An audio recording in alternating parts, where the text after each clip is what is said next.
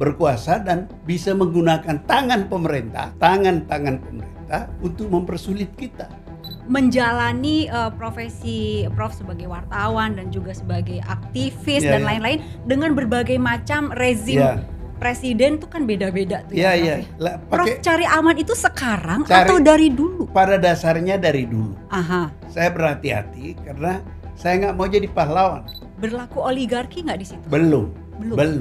Dan kita bisa jadi korban. Saya tidak mau seperti itu pada usia tua saya. Tapi Papua, namanya Irian waktu itu. Irian Barat. Itu belum mau diserahkan oleh Belanda, akan dibicarakan kemudian. Dan bertahun-tahun itu menjadi soal. Tidak selesai-selesai. Sampai akhirnya Bung Karno mengumumkan rencana militer untuk merebut Irian Barat. Tentara itu adalah alat negara. Timbul persoalan, alat negara apa alat pemerintah? Saya jelaskan, alat negara, bukan alat pemerintah.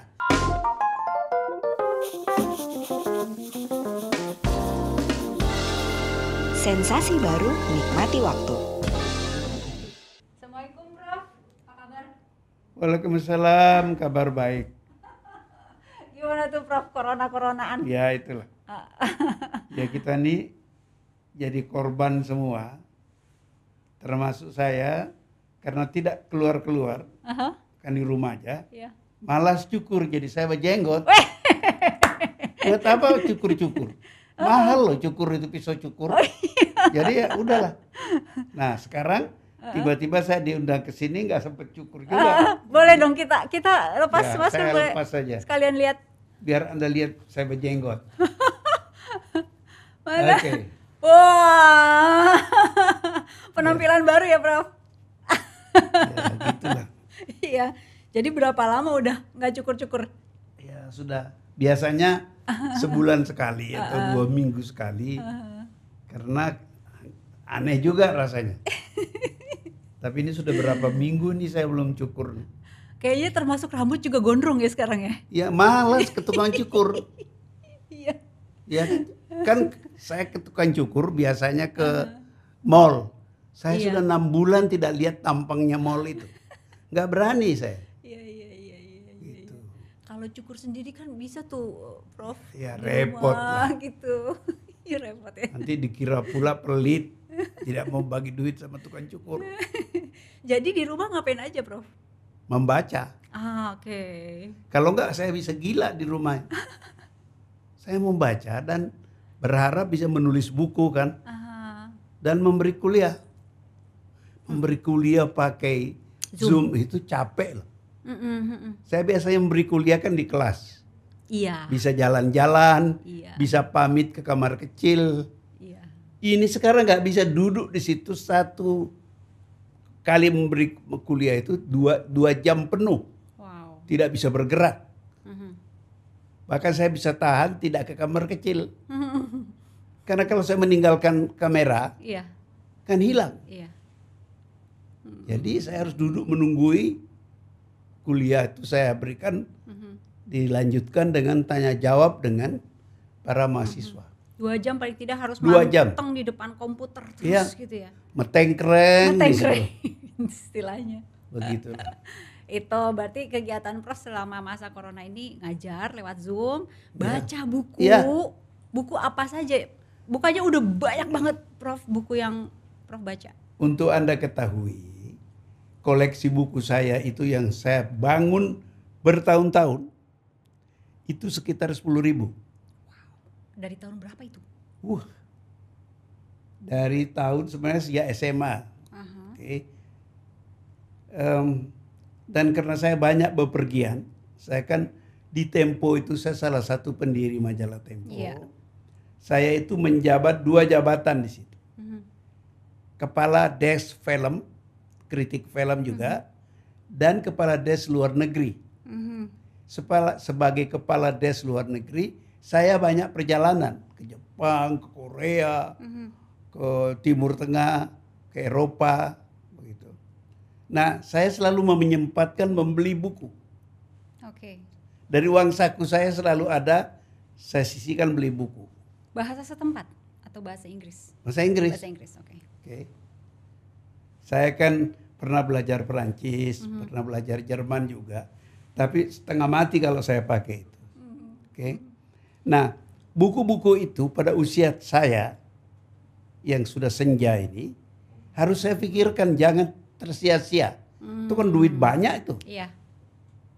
Jadi saya putuskan menghibahkan buku itu ke Perpustakaan Universitas Islam Indonesia di Jogja. Sudah atau akan? Sudah dalam proses. Okay. Sudah ditandatangani MOU. Iya. Sekarang sedang disusun di rumah. Minggu depan akan dia mulai diangkut. Wow, 10.000. Kita sudah mulai kemarin dipilih sejumlah 600 buku. Semua koleksi buku film saya sudah mau diberangkatkan. Kenapa ke Jogja jauh-jauh sekali, Prof? Nggak di Jakarta dulu? Tadinya saya mau di Perpustakaan Nasional. Sudah ada understanding MOU. Tapi rupanya Bapak yang mengepala itu tidak mengerti apa itu corner. Corner itu adalah tempat di satu perpustakaan yang menyimpan koleksi orang-orang tertentu yang dihibahkan ke perpustakaan itu. Lah, Bapak itu nggak mengerti, jadi saya batalkan. Sebagian buku saya sudah berangkat, ada di Perpustakaan Nasional. Yang sisanya, yang banyak itu, insya Allah saya akan serahkan ke Jogja. UI di Jogja. Nah, saya tadi berbicara dengan rektornya, saya bilang ini sudah siap, Anda kirim orang jemput. Saya tambahkan cerita, saya sedih ketika saya memilah-milah. Ada banyak kenangan ya? Ya, memilah-milah buku saya tentang film. Yang saya yakin banyak sekali yang orang nggak punya buku-buku itu. Karena buku itu tidak dijual di Indonesia kan. Sebagian besar saya beli di Amsterdam, di Paris, di London, Yang sekarang mungkin sudah tidak dicetak lagi kan? Iya, karena itu buku-buku lama. Tapi masih berguna untuk dibaca. Sebab banyak membicarakan sutradara-sutradara dan film-film yang klasik. Yang bikin Prof sedih apa? Ya, saya teringat bagaimana sebagian buku itu belum sempat saya baca. Kan beli dan saya kan sibuk. Ketika sekarang saya ada waktu. Ya ini harus dikatakan. COVID ini juga menguntungkan loh buat saya. Karena banyak baca. Saya harus di rumah. Dan karena saya punya budaya membaca, saya membaca. Jadi saya tidak bingung begitu loh. Tidak ini menolong saya untuk tidak cepat linglung. Gitu. Jadi ada hikmahnya. Begitu. Nah, jadi ketika buku itu saya lihat, ya Allah, buku ini saya beli di Paris, beli di London, di Amsterdam, di Berlin. Tidak semua sempat saya baca. Karena setelah buku itu tertumpuk, saya belajar politik kan di Amerika. Jadi belum sempat dibaca, sedih saya serahkan kepada perpustakaan. Tapi itu lebih baik.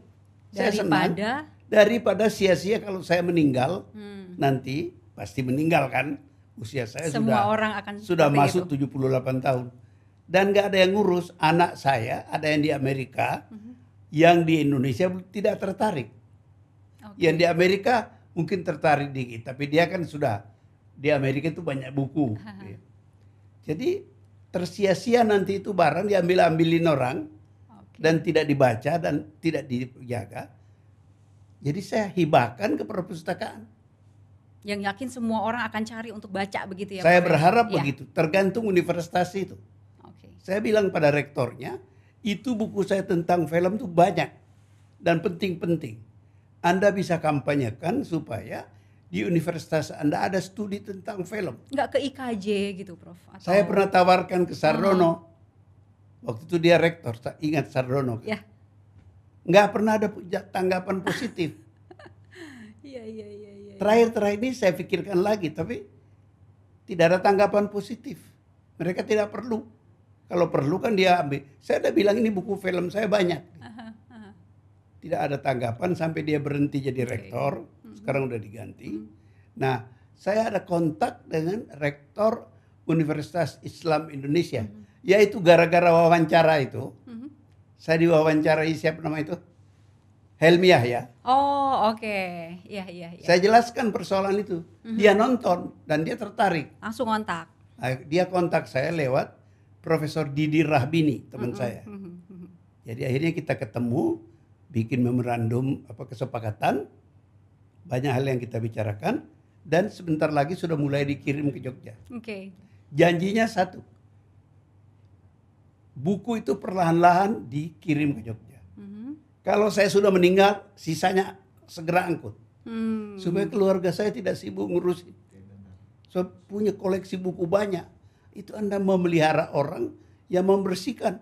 Menjaga rumah supaya disuntik. Tidak rayap. Biayanya mahal. Kira-kira begitu. Jadi Prof itu sepanjang masa corona ini ngajar juga, baca juga. Kalau orang tuh Prof, orang tuh lihat sosial media, baca berita di sosial media, di handphone, baca juga nggak Prof? Ya, saya pagi-pagi itu menyempatkan membuka saya punya HP membaca itu. Mula-mula saya suka komentari. Lama-lama saya cari aman aja. Kenapa? Ya, kita tidak pernah tahu. Kita merasa tidak mengkritik pemerintah, tapi ada orang di dekat pemerintah yang punya kepentingan, terganggu, dan dia bisa mempersoalkan kita. Untung perhatikan Presiden Jokowi berapa hari lalu kan membicarakan, mengevaluasi kembali undang-undang ITE segala macam. Karena banyak orang kena itu. Saya nggak berani. Pada usia saya seperti ini, saya malas kalau harus berhubungan diinterogasi oleh polisi. Maksudnya bukan nggak berani seorang Profesor Salim Said yang bicaranya cukup keras gitu dengan pengetahuan yang luas, masa nggak berani gitu? Bukan nggak berani, mungkin malas aja berurusan gitu ya Prof ya? Iyalah, dan begini ya, saya tadi menjelaskan kepada teman Anda itu, saya ini bekas aktivis tahun 65, 66. Gara-gara itu saya harus pindah sekolah. Saya kan mahasiswa psikologi tadinya. Karena kerja saya demo, bikin radio gelap, segala macam, terlambat sekolah saya. Dikeluarkan, tapi tidak diusir. Disuruh pilih ke sekolah. Diurus oleh sekolah saya itu, saya pindah ke FISIP. Saya belajar sosiologi. Nah, saya kemudian lulus sebagai sosiolog, yaitu menulis buku Sejarah Sosial Film Indonesia. Nah, jadi artinya ketika diajak, ayo ikut apa begitu, saya bilang saya kan sudah pernah ikut dulu. Masa saya sampai tua kerjanya begitu? Kalian yang muda-muda dong.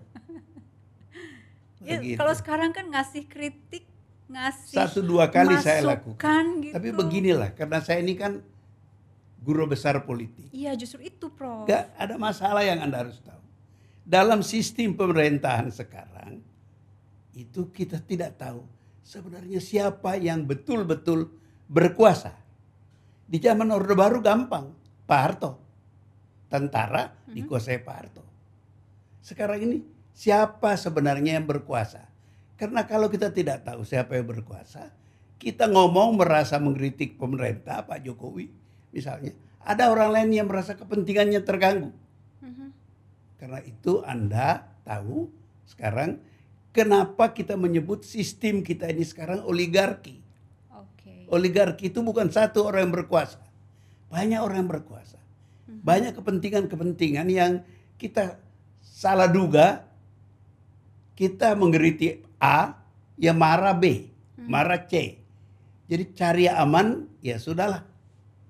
Kita lihatlah apakah ada perubahan setelah Pak Jokowi mau mengubah undang-undang ITE. Ya. Dan itu juga harus berhubungan dengan bagaimana polisi menafsirkan itu.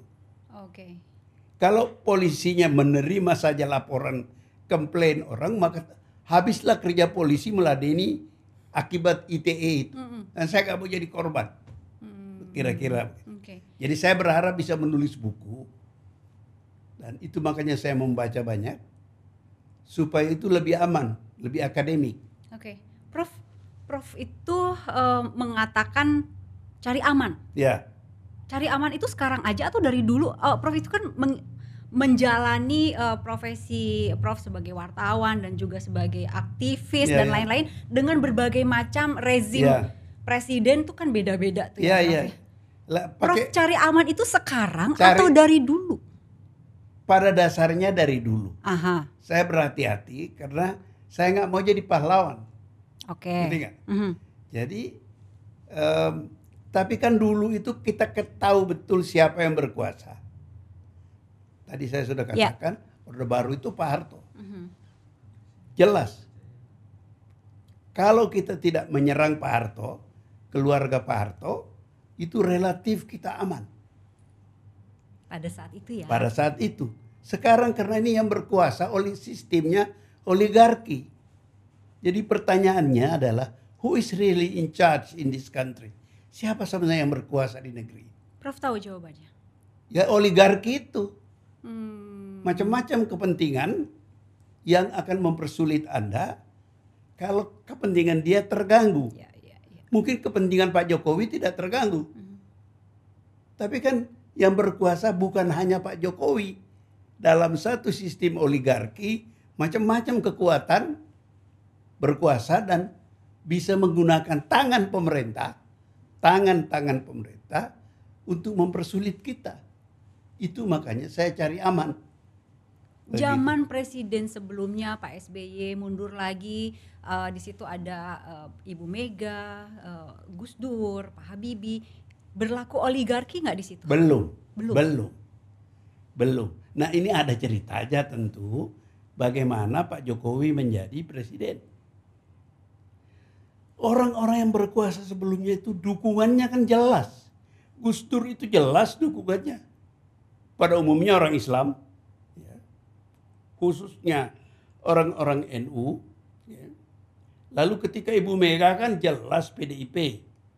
SBY itu kan populer mendapat dukungan. Dia punya partai waktu itu. Yang sekarang lagi rame-rame katanya mau dikudeta itu. Partai Demokrat. Pak Jokowi ini nobody child. Dia tidak punya partai. Pengalamannya adalah mengurus kota Solo. Sebentar kemudian mengurus Jakarta. Ya.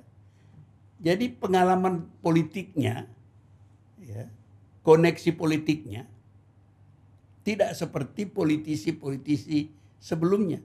Dalam keadaan seperti itu, maka dia banyak tergantung kepada kekuatan-kekuatan yang lain. Itulah yang menciptakan oligarki. Nah, oligarki ini punya kepentingan-kepentingan.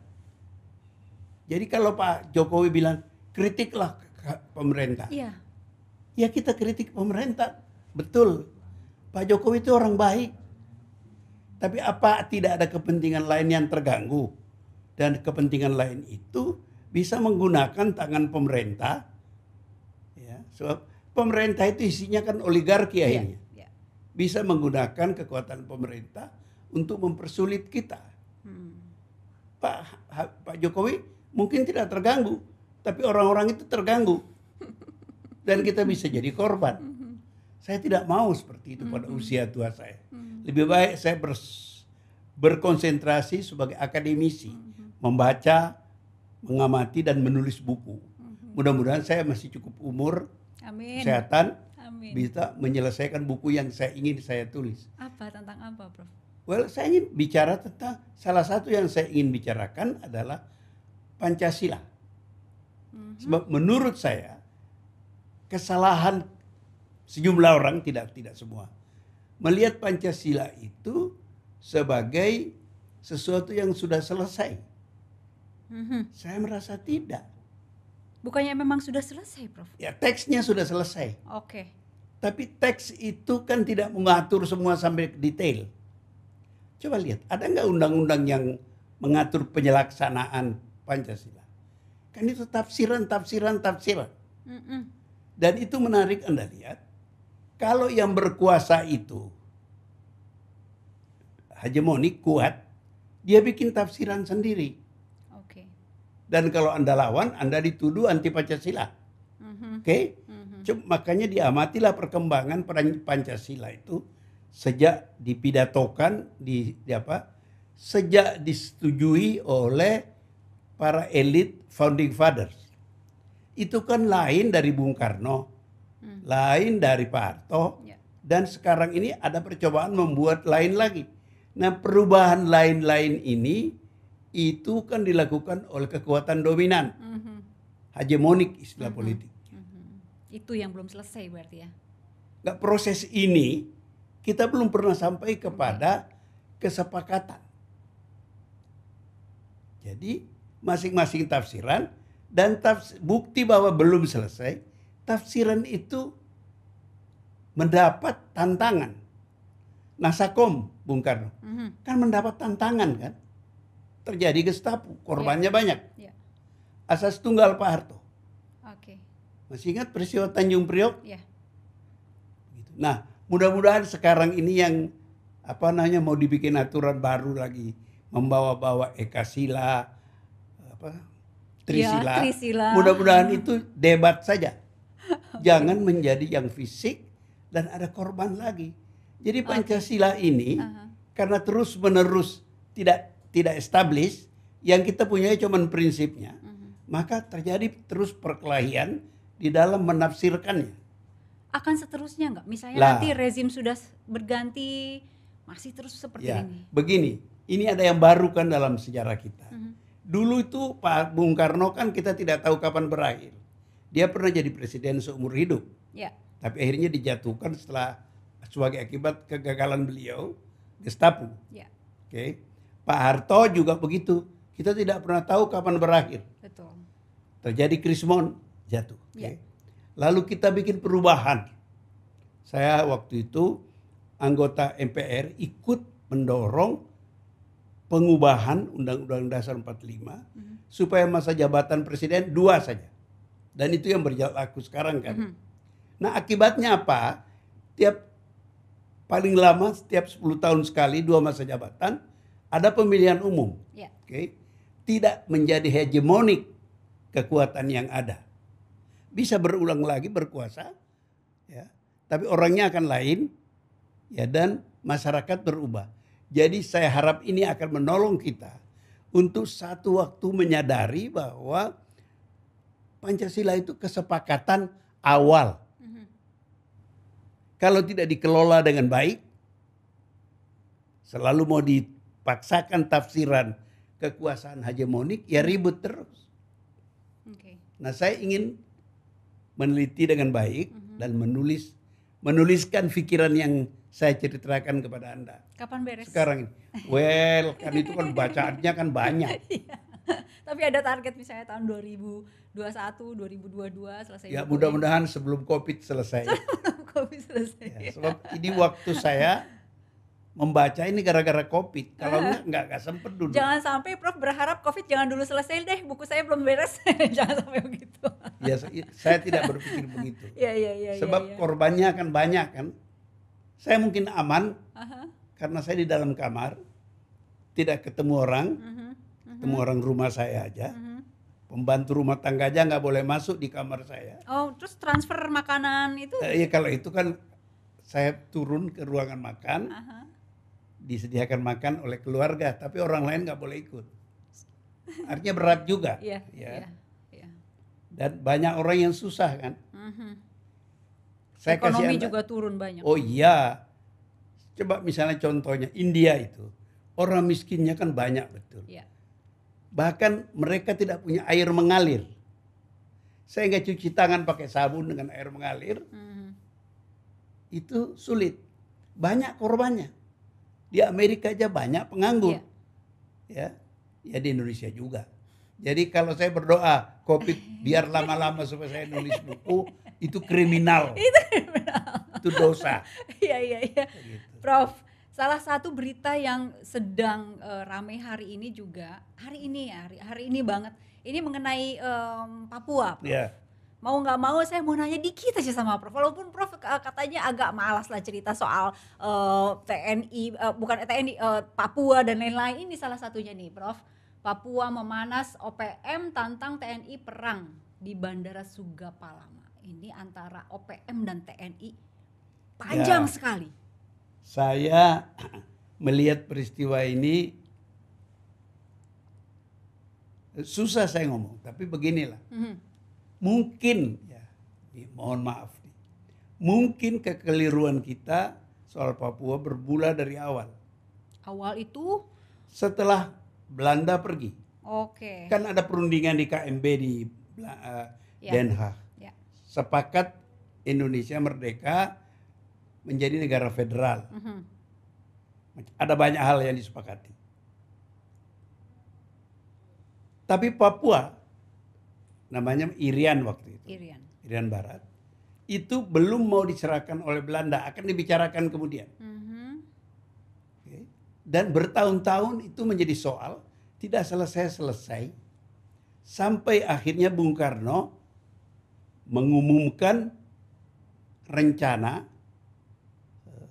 militer untuk merebut Irian Barat, yang dulu yang memimpin tentara ditunjuk waktu itu adalah Pak Harto, panglimanya. Yeah. Akhirnya singkat cerita, dengan bantuan tekanan dari Kennedy, Presiden Amerika, Belanda menyerahkan Irian Barat kepada Indonesia. Itu juga tidak mudah waktu itu. Dan yang lebih tidak mudah lagi menurut saya, Belanda sudah menanam bom waktu di Irian Barat yang meledak terus sampai sekarang. Jadi dengan sengaja menanam itu, dengan tujuan? Belanda itu kan tidak ikhlas menyerahkan Indonesia merdeka. Jadi salah satu gagasan dalam zaman revolusi, gagasan Belanda, salah satu, ada beberapa gagasan, adalah Indonesia merdeka dari negeri Belanda. Tapi dipimpin oleh orang-orang keturunan Belanda di Indonesia. Oke. So praktek itu kan kejadian di Afrika Selatan kan. Merdeka tapi apartheid. Oke. Nah, ada gagasan itu. Nah, ketika gagasan itu tidak jalan karena dilawan oleh Indonesia, mereka berharap Papua atau Irian Barat itu menampung orang-orang yang mau merdeka dari Belanda, tetapi tidak berada di bawah Indonesia.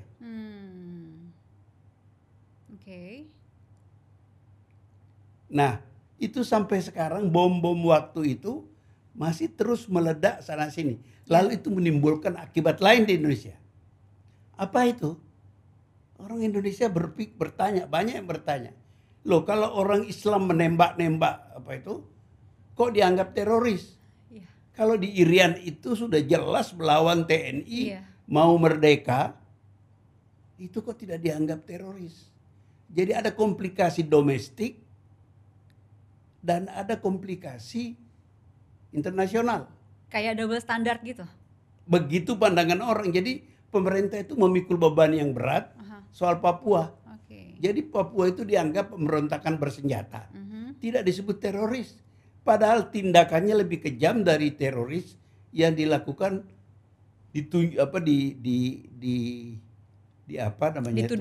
dituduhkan. Sebagian tentu benar. Bahwa orang Islam itu mau melepaskan diri dari Indonesia, mau mendirikan syariat. Itu belum tentu didukung banyak orang karena orang Indonesia, orang Islam itu kan berubah. Itu tadi. Jadi, Pancasila itu makin lama makin diterima oleh banyak orang. Dulu enggak. Cuman persoalan Pancasila adalah penafsiran, perbedaan penafsiran. Nah, kembali kepada Irian Barat, kepada Papua tadi, bom-bom yang ditanam oleh Belanda itu tidak seluruhnya berhasil kita atasi. Nah, itulah yang sekarang menimbulkan pengacauan. Nah, yang dilakukan oleh TNI sekarang itu sudah tepat atau belum, Prof? Nah, itu dalam menangani bom-bom itu tadi. Bom-bom itu adalah politik, bukan teknis. Jadi, karena itu saya bilang saya nggak mau bicara terlalu banyak. Saya nggak tertarik. Artinya ini akan terus begini? Ya, bagaimana ya? Saya tidak mau mengatakan. Nggak ada cara yang jitu untuk menyelesaikan Papua misalnya. Macam-macam cara telah dilakukan. Nah, persisnya apa? Saya lama-lama nggak tertarik. Karena saking panjangnya dan nggak selesai-selesai. Kita memerlukan pemikiran-pemikiran dan langkah-langkah yang tegas menyelesaikan itu. Nah, itu sudah dilakukan pemerintah. Ada otsus, ada sehingga pernah dikatakan bahwa uang yang dikirim ke Irian Barat, Papua sekarang itu lebih besar dari apa begitu. Kalau saya dulu lupa tepatnya apa, itu Yusuf Kalla pernah ngomong. Jadi artinya tidak betul kita tidak ngurus Papua. Tapi ya begitu itulah. Apa yang salah? Saya nggak bisa jawab. Termasuk antara TNI menembak mati OPM, OPM juga Ya, menimbulkan korban di TNI. ya itulah. Dulu waktu Aceh, saya kan penasehat Kapolri waktu itu. Ya. Sampai sekarang ini baru saya tidak lagi. Itu saya mengusulkan dalam menghadapi organisasi Aceh Merdeka itu apa namanya, GAM. Itu saya usulkan pada Polri, Kapolri waktu itu, siapa namanya sih, ya, awal reformasi, agar jangan mengirimkan banyak brimob. Kirimlah pasukan-pasukan yang lebih terlatih, lebih baik menghadapi perang gerilya. Pasukan berarti dari? Ya TNI. Oke. Tapi saya nggak tahu bagaimana pengaturannya. Tapi Anda ingat waktu itu banyak brimob yang meninggal. Begitu. Nah, sekarang saya nggak bisa kasih nasihat. Capek saya memikirkan itu. Sebab di dalam negeri banyak soal lain yang menarik perhatian. Apa misalnya, Prof? Loh, kekacauan yang timbul akibat perencanaan pemerintah yang kemudian dipersulit oleh adanya COVID. Itu kan duit banyak. Iya. You bayangkan. Banyak. Ya. Ada rencana memindahkan ibu kota yang saya kira tidak akan jadi. Ada membangun jalan tol, elevated highway di seluruh Jawa, sebagian di Sumatera. Bahkan ada pembangunan kereta api rel dari Makassar ke Parepare. Padahal penduduk Sulawesi Selatan itu kan kecil. Dan kalau itu dipaksakan, sudah dibangun relnya beberapa kilometer gitu, itu perusahaan pengangkutan yang pakai mobil bisa mati. Padahal itu usaha rakyat. Nah, banyak hal-hal seperti itu yang menurut saya perencanaannya tidak terlalu teliti, tidak terlalu rapi, ya. Feasibility study yang kurang meyakinkan, dan itu memberatkan pemerintah sekarang. Terutama menjadi makin berat karena adanya COVID. Banyak orang tidak punya pekerjaan, perusahaan tidak jalan. Ya. Jadi pemerintah sulit mendapatkan duit untuk membiayai biaya negara. Tapi COVID di Indonesia itu memang bisa dikatakan terparah di dunia nggak sih? Saya nggak punya pengetahuan membandingkan. Saya tidak membandingkan. Tapi kalau persentase orang mati katanya Amerika lebih besar. Nah, itu persoalannya lain lagi. Karena Trump itu yang baru diganti tidak terlalu memperhatikan soal itu. Yang dia perhatikan membuat pagar yang membatasi Meksiko dengan Amerika supaya orang Hispanik dari selatan Amerika dikurangi atau dicegah masuk ke Amerika. Tapi COVID tidak terlalu dia perhatikan. Akibatnya banyak sekali orang Amerika mati. Dan yang banyak yang mati itu yang menarik, itu adalah orang-orang hitam. Kenapa? Orang hitam itu kan banyak yang miskin. Kalau Anda miskin, susah menghadapi COVID. Pertama Anda miskin. Besar ya, Prof, ya? Kenapa? COVID itu biaya besar kalau kena. Besar. Misalnya waktu saya di Amerika pertama tahun 80, itu ada serangan hawa panas seluruh Amerika. Saya masih ingat 4 juta ekor ayam meninggal. Seingat saya. Itu tahun 80, saya masuk Amerika 79. Yang paling banyak mati adalah orang hitam. Karena mereka tinggal di perumahan yang tidak kuat bayar AC. Banyak yang meninggal. Nah, itu menimbulkan konflikasi baru di dalam politik Amerika yang sekarang dihadapi oleh Joe Biden. Bahkan ada kampanye di Amerika, saya lihat di CNN, mengatakan kita orang hitam, kita semua pindah ke selatan saja.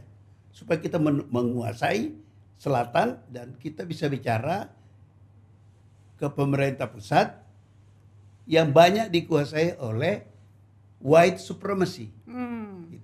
Jadi menjadi complicated politik. Bukan hanya soal kesehatan. Oke.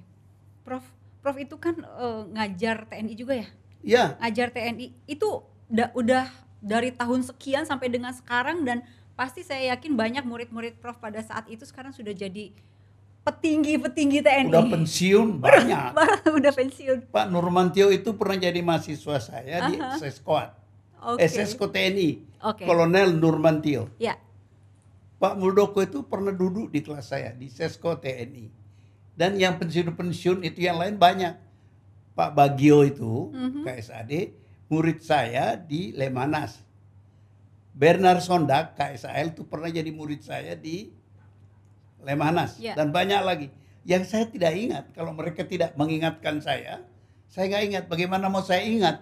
Kalau saya ngajar di Sesko TNI di Bandung, itu satu kelas itu 150 orang. Oh, jadi tidak hafal satu-satu. Dan tentara itu kalau sudah pakai topinya sama saja semua. Begitu. Jadi ada yang ketemu saya mengatakan, Pak, saya dulu murid Bapak loh. Di mana? Oh, gitu. Itu menolong saya juga. Dulu saya pernah membaca Henry Kissinger, Amerika, dulu kan guru besar di Harvard. Dia pernah bilang, saya nggak pernah kenal mahasiswa saya. Saya pikir sombong amat. Ternyata saya juga mengalami itu. Kayak sekarang, kelas saya di Unhan, Universitas Pertahanan, namanya Perang Semesta. Ya. Tentu saya tidak mengajari perang, saya mengajari politiknya. Saya nggak kenal mahasiswa saya itu, apalagi sekarang kan kita pakai Zoom kan. Cuman kelihatan kepalanya doang. Ketika saya ketemu mereka di kelas dulu, ketika belum COVID, itu pun saya nggak ingat mereka. Kalau ketemu saya, mereka mengingatkan, saya tanya, kapan Anda jadi murid saya? Oh, tahun ini Pak. Sama dengan polisi. Polisi banyak sekali murid saya. Sampai hari ini saya masih ngajar S2 PTIK. Dulu S1, sekian tahun lalu. Dan murid-murid saya kira sudah ada yang jenderal juga, polisi. Ya. Apa rasanya bedanya ngajar polisi dan ngajar TNI itu? Begini, di zaman Orde Baru, sikap saya mengajar adalah membuat TNI itu menyadari bahwa keadaan masyarakat itu membuat mereka dibutuhkan untuk terlibat politik. TNI ya? TNI. Nah, setelah reformasi, saya menjelaskan kepada mereka bahwa keadaan sudah berubah. Dui fungsi kemarin, saya mau ngajar, kemarin siang itu, saya mengajar murid saya sekarang di Universitas Pertahanan itu. Satu kelas tuh kolonel, memang nggak pernah di bawah itu. Ada satu brigjen. Jadi saya jelaskan kepada mereka bahwa tentara itu adalah alat negara. Timbul persoalan, alat negara apa alat pemerintah? Nah, saya jelaskan. Alat negara, bukan alat pemerintah. Harus saya jelaskan sejarahnya. Saya mulai bicara mengenai Jenderal Sudirman dan perkembangan. Dan ini saya sudah nulis buku kan mengenai itu. Jadi silakan baca buku saya mengenai ini. Bahwa sejarah TNI itu bukan alat pemerintah, alat negara. Nah, bisa kejadian negara dengan pemerintah itu tidak sejalan. Nah, itu tantangan yang dihadapi oleh TNI. Dia bagaimana harus bersikap. Nah, saya terus kembali lagi kepada sejarah bahwa kalau rakyat tidak mendukung TNI, bedil-bedilnya itu tidak ada gunanya dalam berpolitik. Itu harus ada dukungan dari rakyat. Jadi Anda harus melihat tren itu kemana. Sehingga ada istilah mengatakan begini, kalau baru 1-2 orang demo, tentara diam. Kalau lebih banyak demo, ya maka mereka melihat kalau itu menguntungkan negara, mereka dukung negara. Tapi kalau yang demo sudahlah sangat banyak, ya, dia akan milih rakyat. artinya dia melawan pemerintah. Sebab memang sumpahnya bukan mendukung pemerintah. Setia kepada negara, bukan kepada pemerintah. Jadi artinya pemerintah sipil yang berkuasa sekarang harus berhati-hati. Kalau mereka tidak mengelola negara dengan baik, timbul perlawanan banyak, maka tentara pada tingkat tertentu harus bersikap. Walaupun kira-kira panglima tertinggi adalah presiden. Itu lagi, istilah panglima tertinggi itu sebenarnya tidak ada. Itu dulu dipakai Bung Karno. Dia menafsirkan pasal 10 Undang-Undang Dasar 45. Yang mengatakan presiden memegang kekuasaan tertinggi atas angkatan laut dan udara. Dia tidak menghubungkan dengan pasal berikutnya. Pasal-pasal berikutnya menyebutkan presiden itu mengumumkan perang dan damai. Artinya presiden itu menguasai tentara sebagai aparat politik, bukan untuk dicampuri ke dalam. Nah, ini menjadi kacau sebenarnya kalau kita telusuri. Bung Karno itu berpakaian tentara, pakai bintang kan. Itu ada dampaknya. Dampaknya ketika Jogja diduduki, maka tentara kecewa Bung Karno ditangkap. Kenapa kecewa? Karena sumpah prajurit, sumpah TNI tidak mengenal menyerah. Jadi Pak Dirman dalam keadaan paru-paru sebelah ditandu, itu tidak mau menyerah kepada Belanda. Dan begitulah anggota TNI. Nah, sejak itu timbul masalah sebenarnya antara, bukan konflik, ketidakserasian antara Bung Karno dengan tentara. Itu memuncak setelah Gestapo. Jadi kembali ke tahun sekarang. Ya, sekarang ini mestinya jelas. Presiden harus menyadari dia gak boleh mencampuri tentara. Secara teknis, ngangkat ini, ngangkat itu. Itu ada mekanisme di dalam tentara sendiri. Jangan dicampur-campuri. Karena dia bukan pimpinan tentara dalam pengertian. Karena mungkin itu ada label panglima tertinggi gitu. Ya, itulah kesalahan. Kesalahan yang harus dikoreksi. Tapi Pak Jokowi pernah ngomong lagi loh, bahwa dia juga panglima tertinggi. Ada beberapa jenderal yang mengatakan itu tidak benar. Saya sebagai ketua Institut Peradaban pernah mengadakan seminar mengenai itu. Salah satu pembicaranya almarhum Pak Saidiman, Letnan Jenderal Saidiman yang baru meninggal bulan lalu. Dia mengatakan tidak ada itu. Panglima tertinggi itu enggak ada. Panglima tertinggi itu kalau Anda mau tahu ada dalam Undang-Undang Dasar Amerika. Disebutkan, the president is the supreme commander of the armed forces. Karena itu pada satu tingkat perjalanan, jabatan panglima tentara itu diganti. Komandan. Jadi the only panglima di Amerika itu sekarang adalah presiden. Dulu ada panglima Central Command di Florida, ada panglima Pasifik di Hawaii, ada panglima Eropa di somewhere di Eropa, bahkan ada panglima Afrika. Sekarang semuanya menjadi komandan, bukan panglima. Karena yang panglima yang bisa mengumumkan perang dan damai di Amerika hanya presiden. Saat ini di Indonesia sudah on the track atau enggak tuh, Prof? Ya sekarang kan ya itu tadi masih ada yang menafsirkan, termasuk Pak Jokowi, bahwa beliau adalah panglima tertinggi. Sehingga punya turunan perintah begitu ke TNI, padahal seharusnya tidak. Mestinya begitu. Itu sebabnya ya, perlunya di Indonesia dibentuk Dewan Keamanan Nasional, bukan Dewan Pertahanan Nasional yang ada sekarang. Dewan Keamanan Nasional itu National Security Council. Siapa aja di dalamnya? Ya, ketuanya ya boleh presiden, memang presiden. Tapi anggotanya di situ panglima tentara, menteri keuangan, apalagi beberapa pejabat tinggi. Itulah yang menentukan kalau ada ancaman keamanan dari dalam dan dari luar.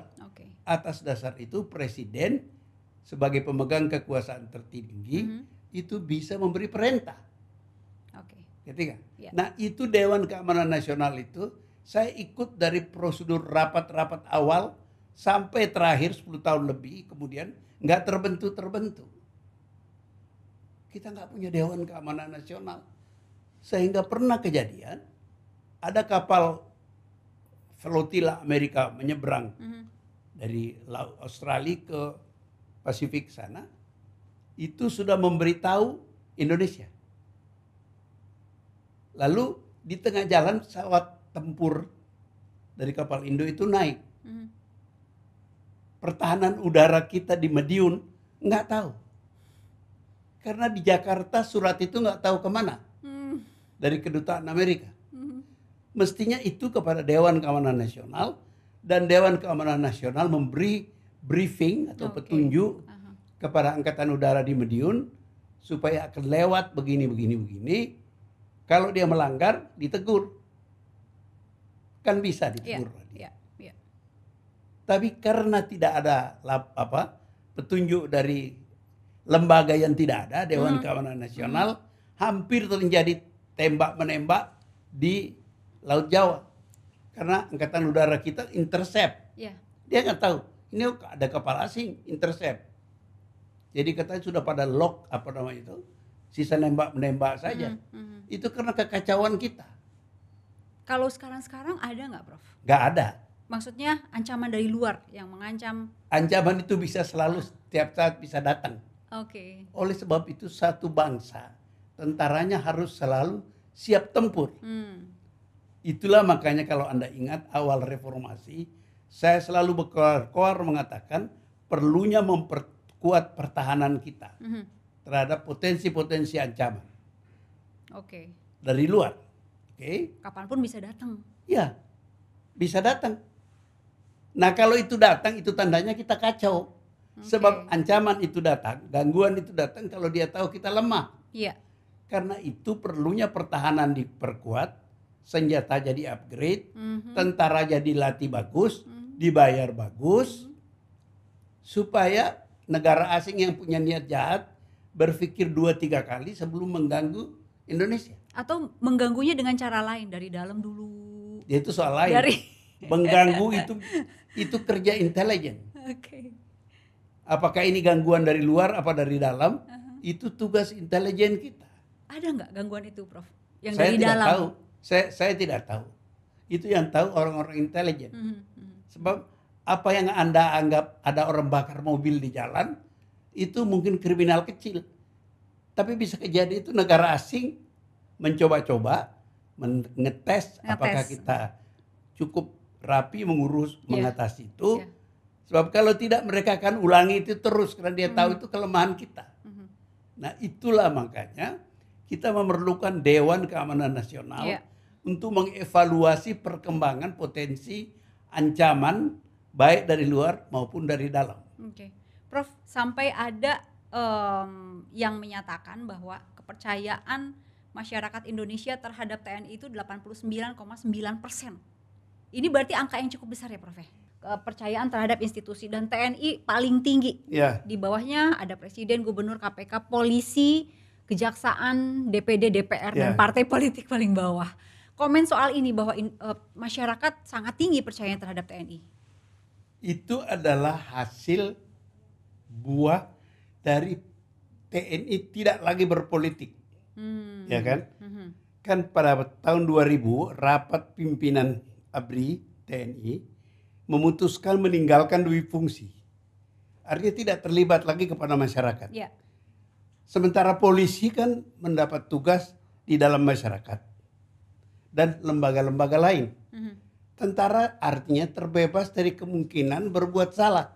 Jadi populer. Jadi ini adalah bisa juga dianggap sebagai vote populer kepada TNI. Karena TNI yang dulu pernah tidak disenangi orang, sekarang tidak lagi berbuat sesuatu yang memungkinkan orang tidak senang. Jadi orang jadi senang, sementara lembaga-lembaga lain berbuat banyak dan bersalah banyak. Berbuat banyak dan salah banyak. Oke, tapi Prof tidak surprise, tidak kaget dengan ini bahwa TNI lebih disukai dibandingkan dengan pihak kepolisian atau KPK, bahkan gubernur, bahkan presiden. Ini soal persoalan trust. Saya mau mengatakan bahwa salah satu tafsiran terhadap ini adalah karena tentara kan tidak lagi terlibat seperti dulu. Oke, tidak ada fungsi, tidak ada laksus, tidak ada apa. Artinya dia tidak terlibat banyak di dalam masyarakat. Itu artinya kemungkinan berbuat salah menjadi hampir tidak ada. Dan itu menyebabkan mereka populer. Setelah orang dulu takut kepada tentara. Sekarang orang beralih. Banyak yang takut kepada polisi. Takut? Ya. Kan banyak tuh di WA-WA tuh ya menanggapi seruan Pak Jokowi supaya dikritik. Ada yang menulis, iya dikritik nanti ditangkap polisi. Artinya orang takut kepada polisi, sementara tentara tidak ada alasan ditakuti. Ya jadi populer. Ini adalah akibat daripada sistem kita yang oligarki. Oligarki itu maksudnya yang berkuasa itu tidak satu orang. Karena itu kalau bahasa Inggrisnya kerennya adalah, pertanyaannya adalah, who is really in charge in this country? Siapa sebenarnya yang berkuasa di negeri ini? Jelas tidak Pak Jokowi sendiri. Kalau Pak Jokowi sendiri itu kayak Pak Harto dulu. Siapa saja sih Prof? Kekuatan politik. Apa sih kekuatan politik itu? Partai bisa. Okay. Lembaga-lembaga bisa. Duit bisa. Kalau banyak orang yang punya duit terlibat politik, langsung apa tidak, mereka punya kekuasaan. Dan kalau dia punya kekuasaan, dia bisa mempersulit orang yang bikin pernyataan yang merugikan kekuasaan mereka. Jadi makanya saya bilang saya takut. Zaman Pak Harto saya nggak terlalu takut. Sebab saya tahu asal saya tidak menyerang Pak Harto, keluarga Pak Harto, kroni Pak Harto, saya lebih aman. Saya tidak mengkritik tentara. Kenapa? Karena tentara itu hanya alatnya Pak Harto. Karena itu saya setuju dengan Jenderal Sumitro waktu itu Pangkop Kamtib setelah pensiun bahwa tidak ada itu dui fungsi nggak jalan di Indonesia. So, yang berkuasa adalah Pak Harto, alatnya adalah tentara. Partai terkuat di Asia Tenggara waktu itu kata orang adalah ABRI yang menang pemilu Golkar. Lah Golkar itu kan alatnya Pak Harto. Jadi makanya saya bilang orang Golkar itu jangan sombong. Yang memenangkan kalian itu adalah ABRI. So the real partai Pak Harto itu adalah ABRI. Nah kita tahu sajalah ini yang berkuasa ini, ya kita harus berhati-hati. Ngerti Golkar masih berani. Karena Golkar itu tidak punya kekuatan. Tugas Golkar waktu itu adalah menduduki kursi-kursi DPR, MPR untuk melegalisir kekuasaan Pak Harto. Jadi kita tahu ngeritik Akbar Tanjung aman. Dia tidak ditangkap.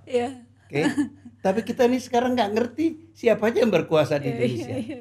Who is really in charge in this country? Itu kira-kira. Sebagai wartawan, Prof, masa yang paling, maksudnya bukan paling sulit ya, masa yang mau bicara soal wartawan, soal berita apapun gitu diberikan kebebasan pers, itu yang paling bebas di zaman siapa dan kurang bebas di zaman siapa? Setiap ada perubahan sosial, perubahan politik, maka pada awalnya ada kebebasan. Saya teringat tahun 70 saya di Belanda, di stasiun kereta api di Amsterdam, saya ketemu almarhum PK Oyong, pendiri Kompas. Kita ngobrol. Dia bilang pada saya, sekarang kita, ini tahun 70 loh. Orde baru mulai. Di Indonesia itu kebebasan pers kita hebat. Kala itu Singapura, Malaysia, Filipina, Thailand, bebas sekali. Setelah saya berusia tua mengalami banyak perubahan politik di Indonesia, saya berkesimpulan bahwa semangat reformasi antara lain kebebasan itu pada tahun-tahun pertama reformasi. Begitu establish kekuasaan, mulailah dia menindas, mempersulit kebebasan pers. Gitu. Dan selalu berlaku seperti itu. Begitulah. Karena apa? Nah ini yang hasil penelitian saya. Setiap, dan saya bikin perbandingan dengan negara Tiongkok, Uni Soviet, negara-negara Timur Tengah. Begini, setiap ada perubahan sosial, perubahan politik, maka ternyata kebanyakan yang berubah, yang digulingkan dan yang menggulingkan itu elit kecil. Rakyat tidak banyak terlibat. Tentu sekarang makin banyak yang terlibat. Ya. Tapi pada awalnya itu hanya golongan kecil. Nah, kalau salah satu golongan ini menang, hegemonik, maka dia memaksakan kehendaknya kepada lawan-lawannya, yakni elit yang lain. Karena rakyat kan tidak ditindas sebenarnya. Yang ditindas itu elit. Kalau Anda bicara kebebasan pers, kebebasan akademik, itu bukan urusan rakyat. Itu urusan sejumlah kecil orang Indonesia di dunia akademik atau di dunia politik, partai-partai dan sebagainya. Jadi masyarakat kan menjadi terbatasi dapat informasi kalau kayak gitu kan? Ya informasi banyak, tapi mengerti nggak mereka? Bangsa yang masih berendah perekonomiannya, maka mereka tidak terlalu memikirkan itu. Pokoknya gua makan apa, sekolah anak saya bisa sekolah di mana, nggak terlalu memikirkan. Tidak tahu dia. You bicara politik sama mereka, saya ingat tahun-tahun pertengahan Orde Baru ketika makin berkuasa Orde Baru, ada rombongan mahasiswa udah mulai bicara mengkritik. Jadi ada sejumlah mahasiswa naik bus dan berceramah di bus kepada penumpang bus. Kamu tidak boleh diam, kamu harus melawan. Mereka pelong-pelong aja melihat mahasiswa. Dia nggak merasakan itu. Yang merasakan itu makin lama, makin banyak memang. Karena bangsa kan berkembang, buta huruf makin berkurang, atau mungkin tidak ada lagi buta huruf, ekonomi lebih baik daripada dulu. Makin banyak orang memikirkan soal-soal kebebasan. Pada mulanya itu hanya sejumlah kecil elit. Begitu. Tapi setelah berjalannya waktu mulailah ya, itu. kita berharap begitu. Bahwa makin lama kesadaran akan kemerdekaan pers itu bukan lagi urusan elit tapi urusan rakyat. Ya, mereka bisa mengatakan, buat apa saya langganan koran? Isinya itu juga pernyataan pemerintah. Sekarang kan tidak begitu, atau tidak begitu seperti dulu. Dulu itu begitu. Orang nggak peduli. Koran-koran isinya itu aja. Dulu isinya Pak Harmoko semua. Apalagi zaman Pak Harmoko. Pak Harmoko itu orang baik. Dia mau menyenangkan Pak Harto. Karena yang ngangkat adalah Pak Harto. Dia nggak pernah menyangka dirinya jadi ketua Golkar. Jadi ketua Golkar, jadi menteri, jadi ketua DPR. Karena dia kecewa Pak Harto, akhirnya dia termasuk orang yang pertama menyarankan Pak Harto mundur. Masih ingat? Iya. Oke, Prof, ini ngobrolnya seru semuanya, tapi kita kan nggak bisa panjang-panjang ya Prof ya, sedikit aja nih, mungkin pesan Prof untuk generasi muda. Jangan, dan ini bukan pesan saya. Oh, apa dong? Saya mengulangi apa yang dikatakan Bung Karno, yang saya dukung. Jangan pernah meninggalkan sejarah. Kalau you tidak tahu sejarah, you nggak tahu kemana bangsa ini. Nah itu yang saya takutkan, karena pengetahuan pengajaran sejarah katanya nggak sebagus zaman saya masih SMA dulu. Jadi anak-anak kita tidak tahu banyak. Ketika anak saya masih SMA, SMP, SMA, itu mempelajari, ini masih zaman Orde Baru, belajar mengenai ilmu itu, PBB, PSBB itu ya. Ada PMP, ya, PKM. Macam-macam. Tapi itu kan semua di-tailor untuk kepentingan pemerintah. Jadi anak saya tanya, saya kuliahin dia. Dan dia bingung. Beda, ada perbedaan atau? Ya, dia bingung bahwa di rumahnya, bapaknya bisa cerita banyak mengenai itu. Tak terbayangkan oleh dia bapaknya itu pelaku. Begitu. Nah, berapa banyak pelaku seperti itu yang tahu menganalisa apa yang terjadi dan menjelaskan kepada anak-anaknya atau kepada murid-muridnya. Itu saya agak cemas. Apalagi ketika rame-rame terakhir ini beredar berita Menteri Pendidikan kita mengatakan dia hanya memikirkan masa depan, tidak memikirkan sejarah. Saya bikin protes. Bangsa itu tidak bisa hanya punya masa depan. Dia harus punya masa lalu. Karena orang tidak pernah mulai dengan masa depan, tidak mulai dengan masa kini. Kita harus mulai dari masa lalu. Kita harus mengerti kita dari mana, kita mau kemana, dan apa yang harus kita lakukan. Gitu. Yang membuat Prof cemas adalah kekhawatiran orang nggak tahu sejarah. Dan itu banyak orang yang nggak tahu. Dan banyak elit yang nggak tahu. Tidak tahu sejarah, tidak tahu masyarakat. Tidak tahu sejarah, tidak tahu masyarakat, dan juga bukan pelaku gitu ya. Ya, pelaku itu kan tidak selalu bisa. Kebetulan saya lahir pada zaman tertentu dan mengalami masa tertentu. Tapi itu bisa diketahui kalau kita belajar sejarah. Jadi satu kali pernah di sebuah stasiun TV, saya diinterview bersama putrinya Panjaitan yang dibunuh, gitu ya.